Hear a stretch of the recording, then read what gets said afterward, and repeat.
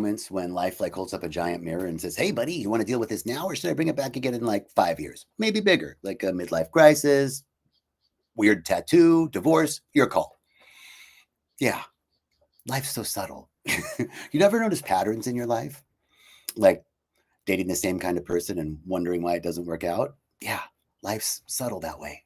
So this talk on walking the path is really about how the pattern is the portal. It's the third talk in the Sovereign Self series. And, what if the thing that you're trying to escape is the very thing to liberate you? That's really the question. What if the very thing that you think is wrong with you is the very thing that is the pathway to liberation? I have a quick reflection on this, something that happened this week. The very thing that we think is our weakness is actually our greatest strength. I had the great pleasure of co-facilitating a GBTQ plus retreat with my spiritual brother and dear friend, Rocky Heron. And we were working with plant medicine and human design and alchemy. And one of the things that I saw about myself this week was a pattern that I have of thinking that I'm not smart because I make mistakes. Everybody makes mistakes, but this idea that I should have known better, right, came from childhood. I should have known better. I should have been able to see that thing that I was trying to do wasn't going to work out. And what I learned in conversations with my brother was that part of my design is to experiment, and that the experimenter pattern is to learn by, quote, trial and error. And as we learn, we then process that information and want to share it with others. Gee, what do you think I'm doing now? Right? So the very thing that I thought was my weakness, why can't I see this? Why didn't I know better? Why didn't I see that wasn't going to work out? Because I'm designed to investigate and experiment, and that turned what I thought was a deficit into a superpower. So this is the paradox, that patterns can feel like prisons, but they're actually portals with information and insight and opportunity and sovereignty. Carl Jung said that until we make the unconscious conscious, it will direct your life and you will call it fate. So just to recap the arc of this series, our first talk was You're Not Broken, like shedding the identity of damage. And this has been a big journey for me this last year, is this uncovering this story that I'm broken, right? In all the ways that I think, because I'm not meeting some normative standard, what I think a spiritual teacher should be, or a man should be, or a gay man should be, or whatever, a man of my age, a man of my, whatever, that normative idea, and how that is a microaggression against myself and non-acceptance, and reinforces this story of brokenness. The second talk was called The Death of Victimhood, Reclaiming Radical Responsibility. And as we step into, I'm responsible for my life. If I'm not happy with the way things are, it's feedback, no failure, just feedback. But this is an opportunity for me to realize that I have agency in my life. And if I'm not happy or not fulfilled, then I get to change that. I get to create something new, because I'm a creator. I'm not a victim. I'm a creator, not a creature. Today's talk, the pattern is the portal, and it's decoding the loops and stepping through them. So what is a pattern? Little, habits, habitual thoughts, reactions, emotions, behaviors are all patterns, coping strategies that we develop to survive. Perfectionism, people pleasing, control, hyper success, avoidance, addiction, and the list goes on. All the rackets that we run, all the ways that we have created strategies to protect ourselves from feeling not enough, not loved, not belonged, not safe. There's neurological grooves and energetic imprints. These are repetitive patterns that become grooves. Literally, a fatty acid builds up along the axiom on the neurological path. And if a chemical electrical reaction is tripping down the axiom, it's like a domino. And this, when we have repetitive thought patterns that go down specific neural pathways, this is my really non-scientific way of explaining it. So for all of you neuroscientists out there, forgive me, but it's like hinging those dominoes together. So instead of it's big chunks, right? That fatty acid builds up to speed the transmission of the chemical electrical reaction, and we literally get caught in a groove. We get stuck in a rut. That's a neurological groove or an energetic imprint. That's a pattern. And then trauma loops and inherited lineage patterns. These are epigenetics and ancestral codes. Like every one of our ancestors' DNA, is in our DNA. And there's something ancient about that within us. And then these inherited lineage patterns, the way my father thought about things, the way, they're just so deeply ingrained. These are all patterns: habitual thoughts, reactions, emotions, behaviors, coping strategies, survival techniques, neurological grooves, epigenetic imprints, inherited lineage, trauma loops. But patterns aren't bad. They're brilliant adaptations. We adopted these things to keep us safe. But now that we've observed them, once they served us, but now they're asking to evolve. So the first piece is to recognize the pattern. Pattern recognition is the path to sovereignty, because you can't change what you don't see. So how do you spot a pattern?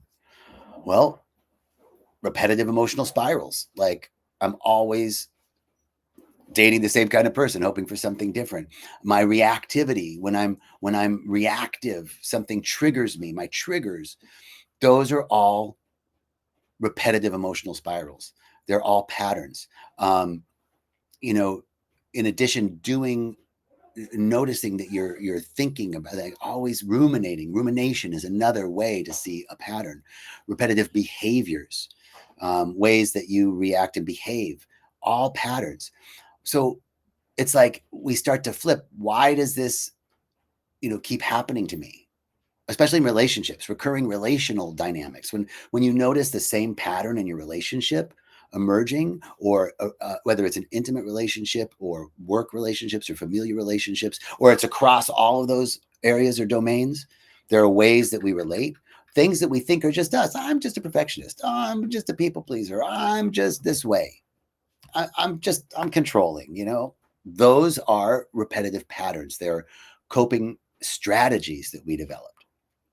And also, there's a somatic clue to this, right? When you notice tension in the body, when we shut down, when we're over efforting, trying too hard, numbing, compulsive behaviors, these are also clues, cues to seeing a pattern. These are how we spot the patterns.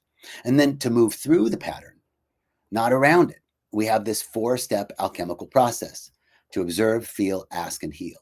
To observe, witness the pattern with neutrality and curiosity.